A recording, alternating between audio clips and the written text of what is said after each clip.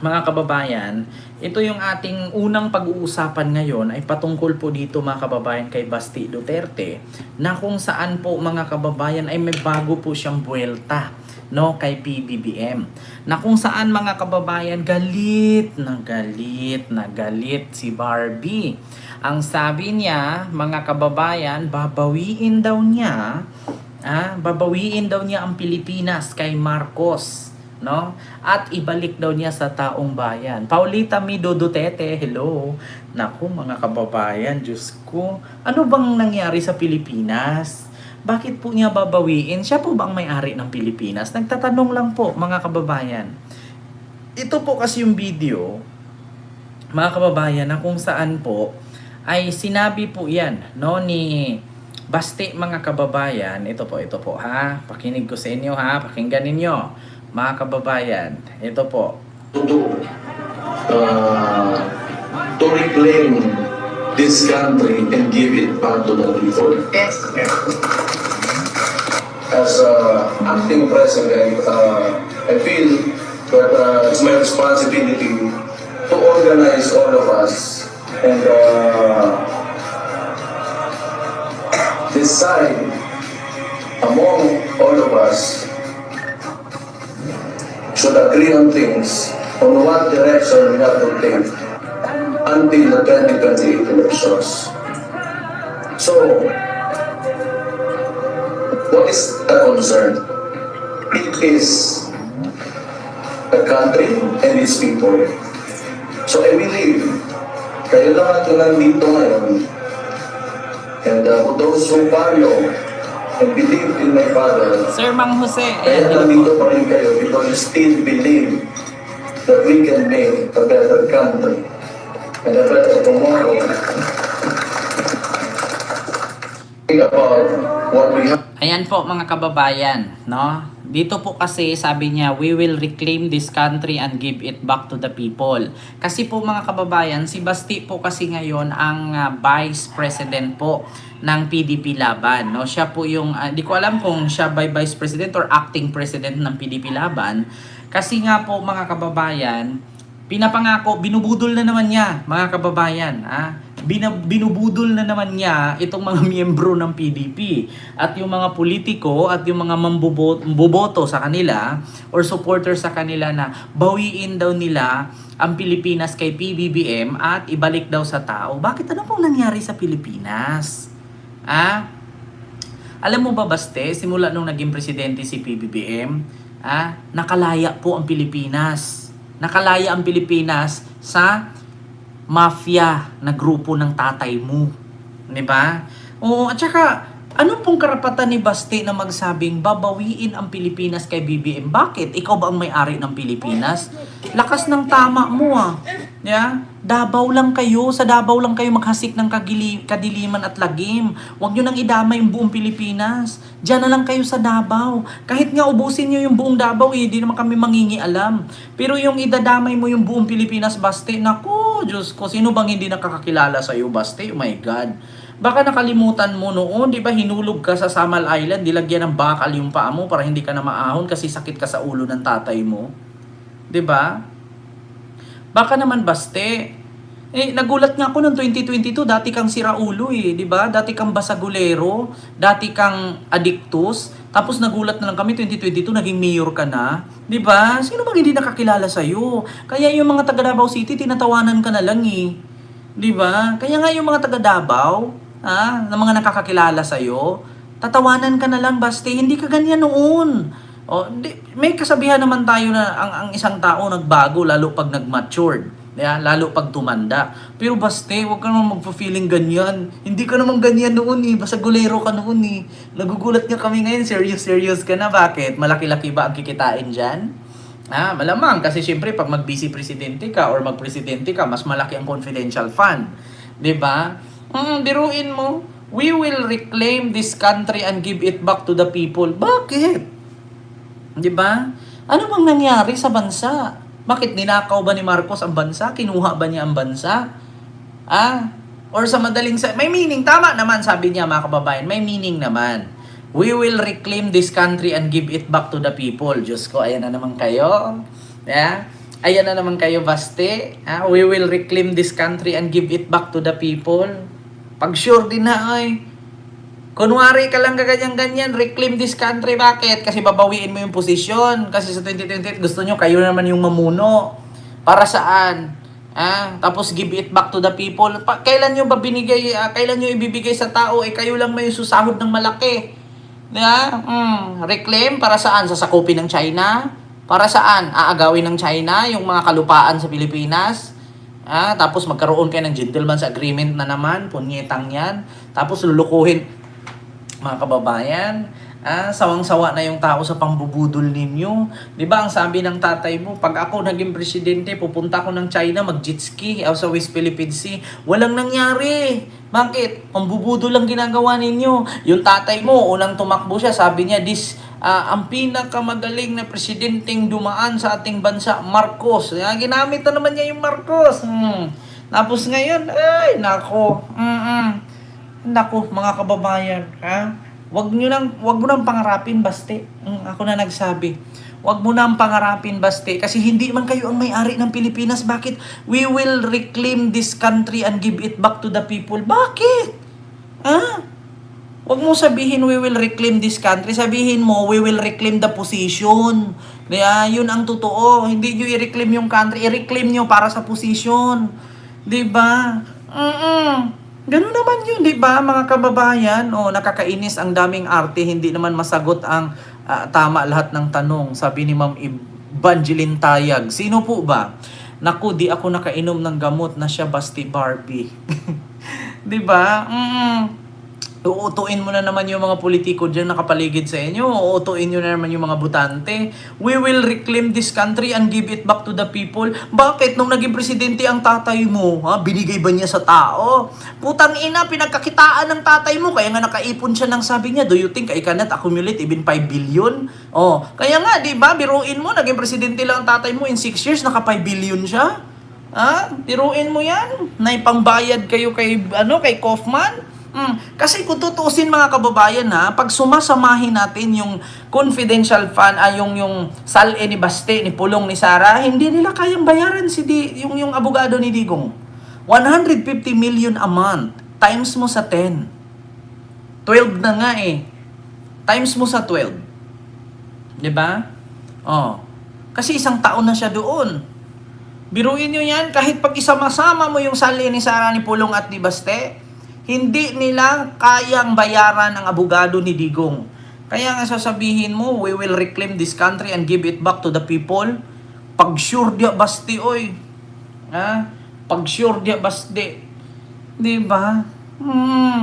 Ito pa, ang sabi niya, mga kababayan. May isa pa siyang sinasabi. Ito, pakinggan nyo, mga kababayan. Ito yung isa niya. Tandaan nyo, si Marcos, 3 taon na yung gago na yan. Gago na yan. Kung kinaya natin 3 taon, ako sa Davao na bilang alkalde doon, pinahirapan nila ako. Wala. Bakit ako malakas? Bakit ang Davao City andyan pa rin ngayon? Bakit si VP, yung kapatid ko, hindi itong mitigil? Kasi alam namin na kayong mga Pilipino, kayong mga OFW dito, nasa likod namin lagi. Naiintindihan ko kayo, lalo na kayo mga... Nasa likod namin lagi. Kasi ginagawa nyo human shield. Diba? Ginagawa nyo, binibrainwash nyo yung tao, inuuto ninyo yung tao, binubudol ninyo yung tao para paniwalaan kayong malinis kayo. Paano nangyaring malinis? Yung kapatid mo may kaso, yung isang kapatid mo may issue sa 51 billion, yung tatay mo nakakulong sa ICC, tapos sasabihin mo malinis kayo, magaling kayo. Diba? OFW. That is why, yung suporta tapos yung Davao City ngayon, naku, free. Ang Davao City daw, drug free. Pero putang ina, halos araw-araw may issue sa droga. Di ba? talaga kang PRRD. Maraming salamat din sa kapatid ko. Nasa kanila talaga. Kasi may point of comparison kayo because you're living outside of the Philippines. And lalo na dito sa Netherlands, dito sa mga Scandinavian welfare states, pati yan, Germany. Alam nyo, yung pera ng tao na uuwi sa mga tao. Pag yung pera natin, yung buwis natin binabayad dyan sa Pilipinas, ewan ko na potang ina ko nakabalik pabayad dyan sa potang ina. Yung pera daw ng tao, yung buwis daw ng tao ay binabalik sa tao. Bakit sa Davao City binabalik ba ninyo? Hindi nga magtugma-tugma yung kagamitan ng Davao eh. Hindi nga magtugma-tugma yung ano ng Davao City, tawag dito, yung asset ninyo dyan, hindi nga tugma sa COA, kaya nga may red tag kayo sa COA eh. Di ba? Ang pera daw ng tao, ang tax ng tao ay dapat ibalik sa tao. Eh bakit yung asset ninyo dyan sa Davao City, hindi magmatch sa COA? Ayun tignan ninyo, COA. Sa asset. Ayan, ng Davao City. Kita ninyo mga kababayan ito A road project in Davao City involving E. Guardiola Construction Wait has lang been mga flagged by the kababayan. Commission on Davao City spent 530 million pesos in confidential funds in 2024, higher than the combined total of Metro Manila cities based on the Commission on Audit's annual report. COA said NCR cities spent a combined 483.93 million pesos despite having a population of about 14 million compared to Davao City's roughly 2 million. The audit noted that Davo's use of confidential funds complied with disbursement and liquidation rules, with reports submitted on Di ba? Narinig nyo mga kababayan. Ma'am Mildred Briosos. Ayun, maraming salamat po ma'am sa yung super sticker. Biruin nyo ang Davao City noong 2024 gumastos ng 530 million confidential fund. Ni Basti yun. Confidential fund ni Baste gumastos ng 530 million in 1 year, 2024. Natalo pa niya ang 7 pinakamayayaman na syudad sa Pilipinas. Ano po ba yung mga 7 pinakamayayaman na syudad sa Pilipinas? Ayan ang Makati, Pasay, Pasig, Manila, Caloocan, ano pa? Basta 7, Paranaque, Taguig, ano pa? Ayun, yun na yun, 7. Caloocan, yan. So, nakakapagtaka lang mga kababayan, saan napunta ang 530 million na confidential fund ni Baste? Samantalang 2 million lang naman ang mga tao sa Davao. Samantalang, itong sa 7 pinakamayayaman na syudad sa Pilipinas, 430 million lang. Yung 7 syudad. Pinagsama-sama yan, 7 syudad confidential fund sa 7 mayors, sa 7 mayamang syudad sa Pilipinas, umabot lamang ng 430 million. Pero kay Baste, isa lang siya sa Davao City, 530 million. Paano nangyari yan? Davao City spent 530 million pesos in confidential funds into Di ba? Tapos sasabihin mo, yung tax ng tao dapat bumalik sa tao. Paano ibabalik? Saan napunta yung 530 million? Di ba ang sabi niya, yung tax daw ng tao kailangan bumalik sa tao. natin binabayad dyan sa Pilipinas, ewan ko na putang ina ko nakabalik pabayad dyan sa putang ina. Hindi mo na alam saan napunta na sa kuta o nauuwi sa mga tao. Pag yung pera natin, yung buwis natin binabayad dyan sa Pilipinas, ewan ko na putang ina ko nakabalik pabayad dyan sa putang ina. Hindi mo na alam saan napunta na sa kulsa na mga korap na mga putang inang politiko nila. Ito Baste, saan napunta tong Davao 530? City spent 530 million pesos in confidential funds in 2024, higher than the combined total of Metro Manila cities based on the Commission on Audit's annual report. COA said NCR cities spent a combined 483.93 million pesos despite having a population of about 14 million compared to Davao City's roughly 2 million. Diba? Ngayon sabi mo, yung tax ng tao ay babalik sa tao. Saan mo napunta yung 530 million? 2 million lang naman ang tao sa Davao City. Samantalang sa Maynila, 14 million na yung 7 mayayamang syudad. 7 mayayamang syudad, 430 million lang ang confidential fund nila. 7 sila 7. 7. Kay Baste, isa lang siya, Davao City, 530 million. Saan napunta yun? Ngayon ang tanong, ginamit para sa intelligence, ginamit para sa seguridad. Kung ginamit para sa seguridad, bakit nakapasok yung mag-ama na namaril sa Bondi Beach sa Australia? Bakit hindi nyo alam na may terorista na tumira sa Davao mula November 1 hanggang November 28, 2025? 'Di ba? Ngayon, paano mo masabi saan mo ginamit yung confidential fund mo? Diba? Tignan nyo mga kababayan.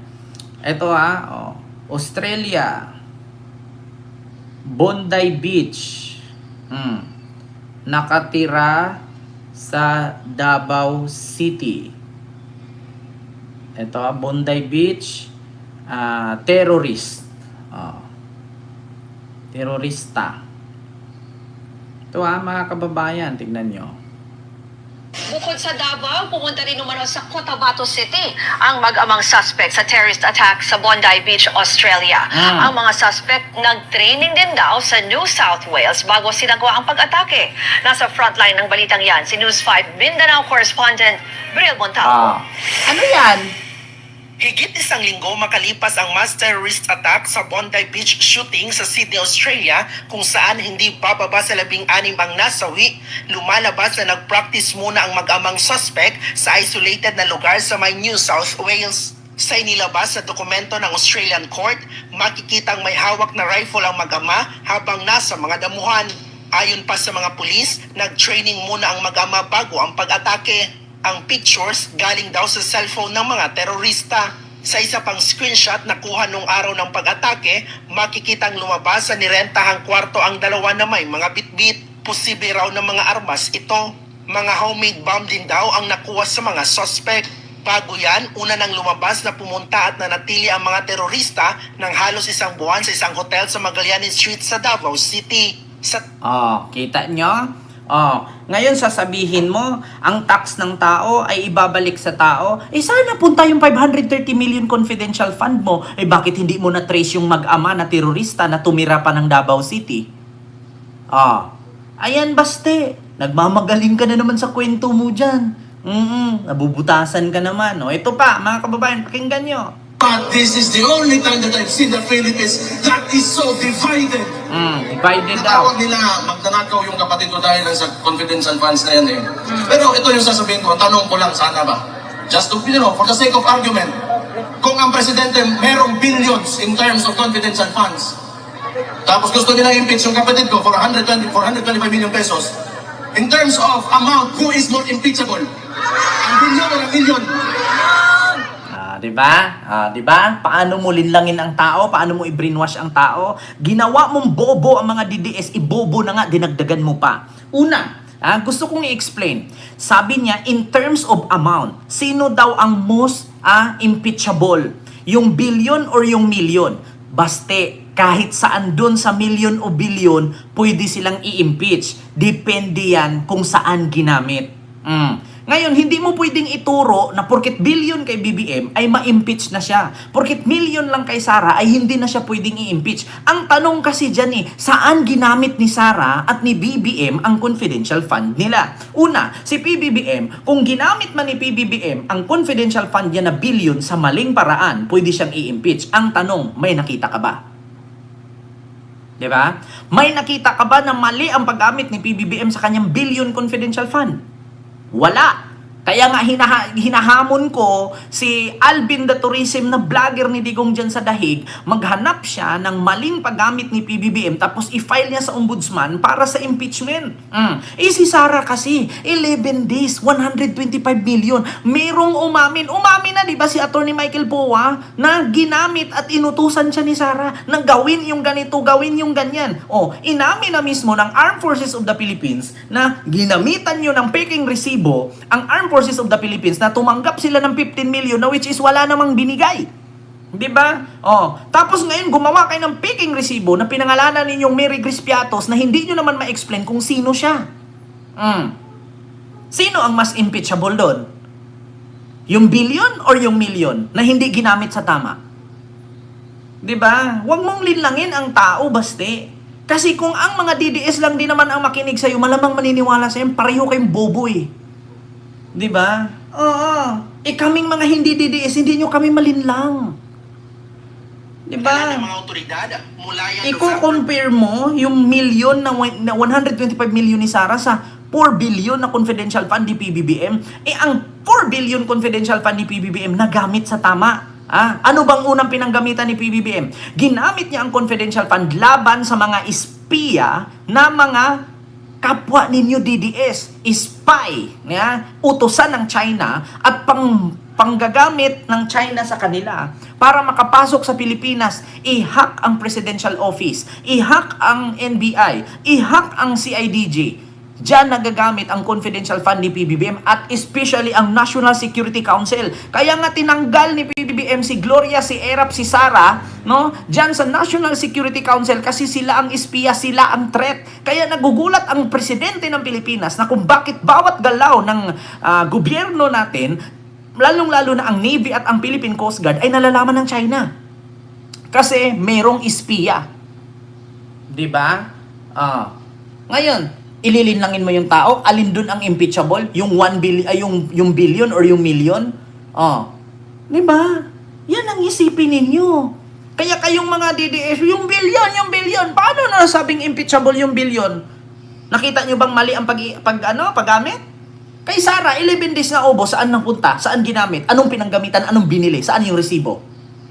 Di ba? Hindi nyo nga masagot-sagot. Kaya yun, nagiging impeachable amount. Di ba? Yan ang ninyo, ginawa ninyong tanga yung tao eh.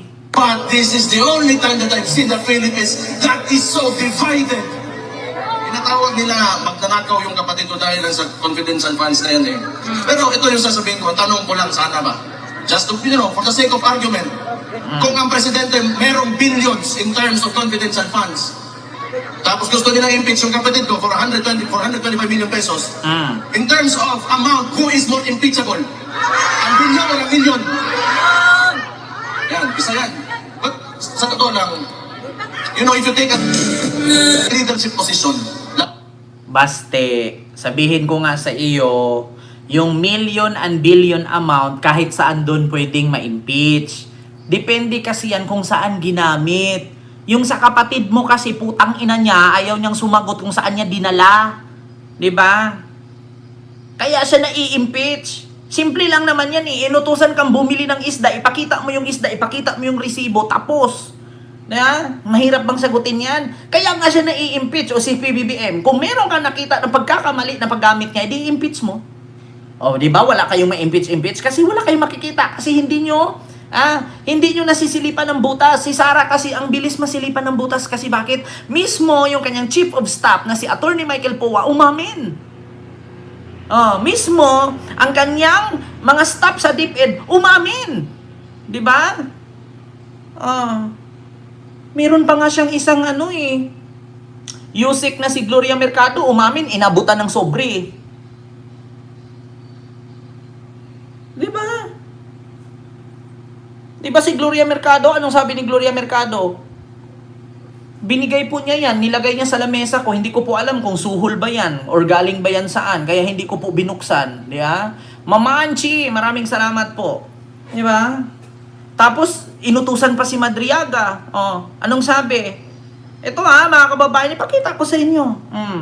Tingnan ninyo Kaya sabi ni Baste, inimpeach sila yung kapatid ko sa halagang 125 million, samantalang yung kay PBM, billion. Sino bang mas impeachable amount doon? Yung billion o yung million? Yung billion pwedeng impeach, yung million pwedeng impeach, depende sa paggamit yun. Katulad dito, Madriaga, naghatid ng pera. Kita mo, ito, isa din to sa kinakatakutan. Hinahatiran daw niya ng pera mula sa Pogo at drug operations. May eksklusibong umaarangkadang balita, si Maan Macapagal. Ayan. Ito ninyo. Ilang araw matapos may sa publiko ang sinumpang salaysay ng umano'y self-confessed bagman ni Vice President Sara Duterte na si Ramil Madriaga. Sir Amboy, Isinumit hello na po. ito sa Office of the Ombudsman para maimbestigahan. Ayon sa kanyang abogado na si Attorney Raymond Palad, ito ang pagbabatayan ng anumang administratibo o kriminal na kasong maaaring isampa sa mga personalidad na inilahad ni Madriaga sa kanyang salaysay. Pero na nagpayo na kailangan i-file yan sa ombudsman kasi affidavit lang yan eh. Pag hindi mo i-file yan sa proper government agency, Mahuhulog parang ang chismis. lilitaw niya na naninira ka lang. So, Chismis, naninira. i-advise him na dapat dali natin sa authority yan, i-file natin para sila magko-conduct ng nararapat na investigation or fact-finding para ma-expound pa or malaman nila, ma-verify nila mismo sa kanya yung lalim at katunawanan ng mga kwento niya. Yan ang po purpose niyan. Pero kasabay niyan, ang paglutang ng tanong ng publiko sa paglabas ni Madriaga. Ano ang kanyang motibo? Bakit ngayon lang? At may kaso at nakakulong kaya't questionable para naman sa iba ang kanyang kredibilidad at integridad. Naisa na namin kapanayamin si Ramil Madriaga sa loob ng piitan pero sabi ng kanyang abogado, bawal na bawal ang magpasok ng camera o cellphone sa loob ng BJMP. Kaya ang ginawa namin, nag-email na lang muna kami sa kanyang abogado ng ilang tanong para kay Madriaga. At umaasa kaming sasagutin niya sa kanyang sulat kamay na pinaunlakan naman ni Madriaga. Unang idiniin ni Ramil Madriaga, hindi siya kriminal o ex-convict. Ayan. Hindi rin siya kidnapper. Ayan. Wala raw siyang final conviction saan mang korte sa mga kasong kinaharap niya. Ayan. Sabi ni Madriaga, isa siyang professional security provider, naging protection agent ng PNP at nagsilbing tagapayo o political consultant ni MC. Ang kanyang codename para kay dating Pangulong Rodrigo Duterte. Pero gaano nga ba siya kalapit sa pamilya Duterte? Aniya, kaibigang matalik siya ng dating Pangulo at pinaalalayan sa kanyang anak na si VP Sara at inutusang i-profile ang lahat ng mga taong nakapaligid sa bise. Ayon kay Madriaga, para sa kanya, malaki nang ipinag-iba ngayon ng Vice Presidente na dati niyang pinaglingkuran. Lagi siyang pinagtiwalaan ng dating Pangulo sa mga aniyay sikretong operasyon sa Luzon at Visayas. Ayan. Siya ang nagpo-profile sa mga taong nakapaligid sa dating Pangulo. Siya rin ang nag-resolba anuman ang maging palpak sa politika.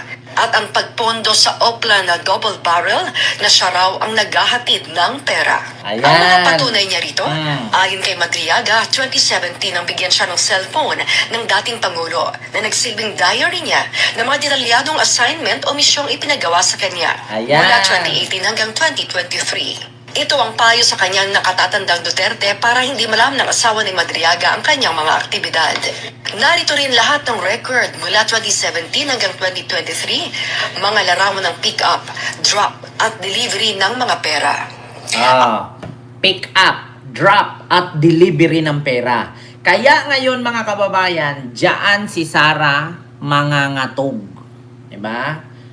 Sabi ko sa inyo, ako, hindi naman ako hindi ako excited dyan sa mabuksan yung bank account ng mga Duterte eh. Bank account ni Digong, ni Sara, matagal ko nang napanood yan, matagal ko nang nakita yung 2.6 billion nila, yung si Baste tumanggap, si Pulong, si Hanelet, yung joint account ni Hanlit at ni Kitty, nilabas na ni Trillanes yan sa Quadcom pa lang. Hindi pa nalabas sa Quadcom, nakita ko na yan. Sa Julia Vargas pa nga yan, hinahamon ni Trillanes yan noon si Digong. Ang pinapapunta niya, si Salvador Panelo. Tapos ending ngayon, mga kababayan, lumabas na lahat. Kaya hindi na ako excited dyan sa bank account. Mas excited ako dito kay Ramil Madriaga. Bakit kayo takot na takot kung wala kayong tinatago? Diba? So yun po yun, mga kababayan. Napakaklaro po nun. Yeah? Walang labis, walang kulang. Mga kababayan. Kaya sasabihin ninyo, ay nako, mga kababayan, wag mo nang pagtakpan Basti yung kapatid mo. Kung ang batas kaya niyong paikutin, kung ang batas kaya niyong baguhin dahil marami kayong pera, pero sa batas ng Diyos, hindi kayo mapapatawad.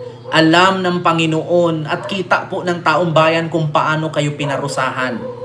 Yung tatay mo nakulong, hanggang ngayon hindi makauwi-uwi, parusa na yan. Yung kapatid mo makukulong at matatanggalan na siya ng posisyon at never nang makagamit pa ng anumang posisyon sa gobyerno, parusa na yan. Yung kapatid mo, isa din yan, kakasuhan din yan ni Trillanes dahil sa 51 billion, parusa na ng Panginoon yan. 'Di ba? Yan ang sabi ko sa inyo mga kababayan. So, klarong-klaro mga kababayan, babawiin daw ni Baste ang Pilipinas kay Marcos at ibalik sa taong bayan pag sure. Ang sabihin nyo, babawiin nyo yung posisyon ni Marcos para kayo naman yung maghari-harian. Para saan? Para mas malaki ang kikitain ninyo. Tapos ibabalik nyo na naman yung mga yung mga drug lords. Gagawa na naman kayo ng economic advisor na mula China. Tapos ipapasakop nyo na naman yung Pilipinas sa China. Nakakapagtaka. Tapos magugulat ka, lahat ng kaalyado ninyong may kaso at nakakulungin, lilinis lahat yan. Totoo yan mga kababayan. Tandaan ninyo ito ang mangyayari sa ating bansa kung ang isa sa mga Duterte ang maging presidente natin. Una, lahat ng kaibigan, kakilala, kaalyado na may kaso at nakakulong, laya lahat yan. Pangalawa, lahat ng illegal, droga, gambling, smuggling, pasok lahat yan. Pangatlo, magiging mafia ulit ang Pilipinas. Pang-apat, magiging city O province of China na tayo. 'Di ba? Yun mga kababayan. Yun ang patunay. Babalik lahat yan. Niwala kayo sa akin. Yung tatay niya nakakulong sa dahig, mapapauwi di oras yan. Mapapauwi di oras yan, mga kababayan. Kasi bakit? Ang tanging makakapagpauwi kay Digong ngayon, si PBBM lang.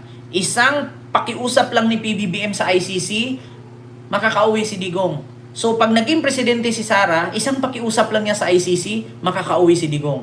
Yan ang katotohanan, mga kababayan. Hindi makakapagpauwi kay Digong yung pirma-pirma nila, yung tay kami naman, hindi makakapagpauwi yan. Ang tanging makakapagpauwi kay Digong ay pirma ni PBBM. No? So, kung hindi man ni PBBM pauwiin ngayon at naging presidente si Sara hanggat sa sunod sa 2028, tapos buhay pa si Digong, si Sara ang makapagpauwi kay Digong, si Kibuloy makalaya, si Tebes makalabas, si Bantag na wanted lalabas, lahat yan. Si Bato na magtatago, babalik ulit yan. Si Bongo na may kaso, malinis ulit kaso niyan. Mabubura lahat yan. Maniwala kayo sa akin mga kababayan, hindi po para sa bayan ang kanilang hinahanap, kundi hindi hustisya ang hanap nila, kundi paghihiganti. Ganun po ang katotohanan mga kababayan. Mangyayari talaga lahat yan. Di ba? Hindi hustisya, hindi serbisyo sa bayan ang hanap nila, paghihiganti. So yun lang mga kababayan.